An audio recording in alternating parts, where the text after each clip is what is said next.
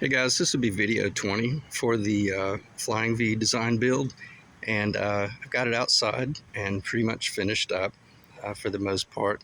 I'm keeping an eye on it, but it's fairly stable. I've pushed it back and pulled it forward a little bit, so it should be fine. I don't really have too much wind, so I'm going to do a little bit of a slow walk around, and but I want to I want to stay close to it in case I bump the table.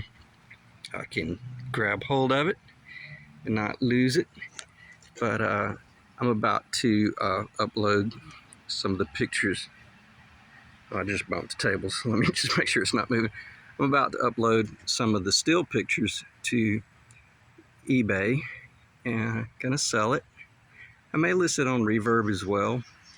But for the most part, she's pretty much finished and played in. I'm gonna flip the camera this way now, and I'm going to see if I can do some just general captures. I'm going to try to stay focused in this video for the potential buyer, what they would want to see.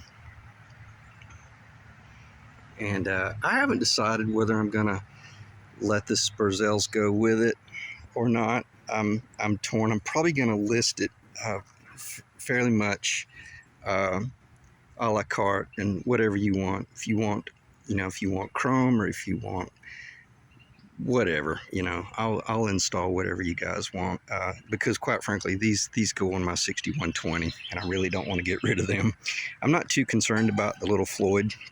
I'll talk about that in a later video, but for the most part, let me see if I can just spin it a little bit here. I should have brought the lift out, but for the most part, the little Floyd really needs to be replaced. It's good for setup and whatnot, but it's not very quality. But that shows the output jack, and see, that could be stereo or mono. I could set that up either way for you guys. Shaler strap locks, they claim they were nickel, but they look more chrome to me. But for the most part, they look good. Let me try to not digress. I think I captured the heel fairly good. It shows up much better outside.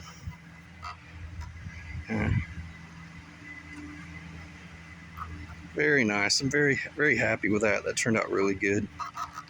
Let me see if I can get it to be still, or at least stable, because to me that's the shot right there. That's the guitar. Very nice. And she's very well balanced. No headstock dive at all. I got a really good grip on this. I'm going to lean it forward a little bit, but I've got this faux wildcat fur in there for right now. I do that sometimes just for harmonics, to make certain that any springiness doesn't transfer into the body.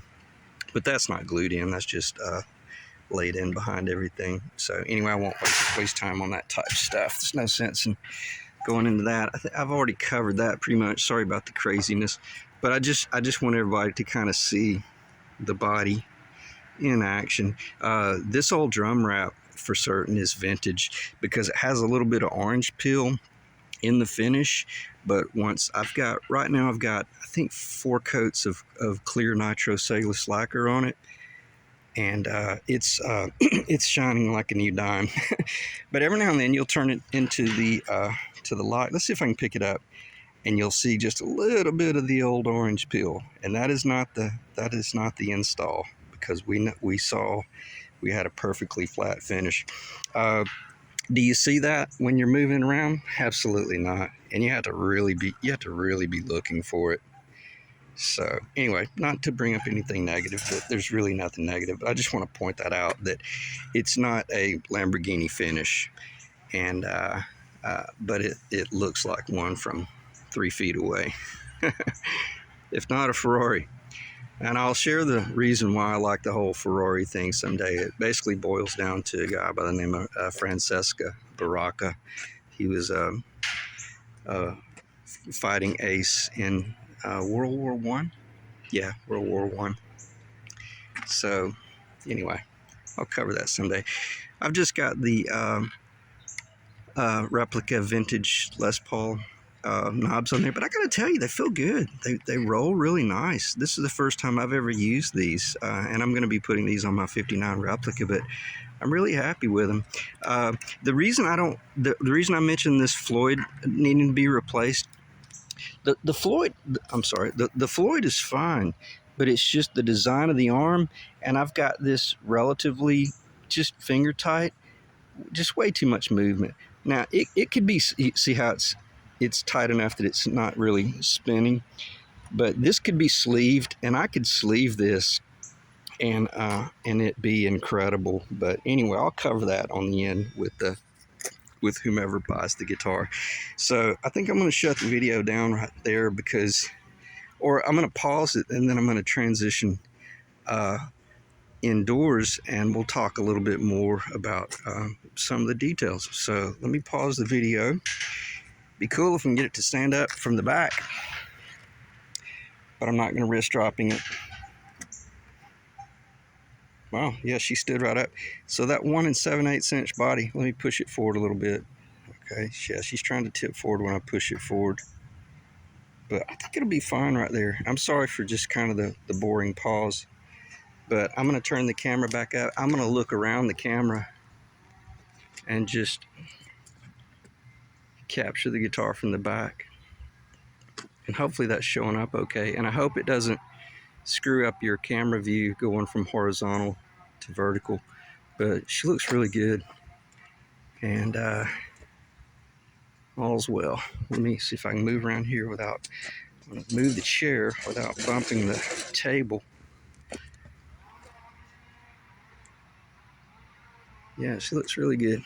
So very happy with that. And let me pause the video right there, and we'll move indoors. Well, I'll tell you what, let me turn it around to the front.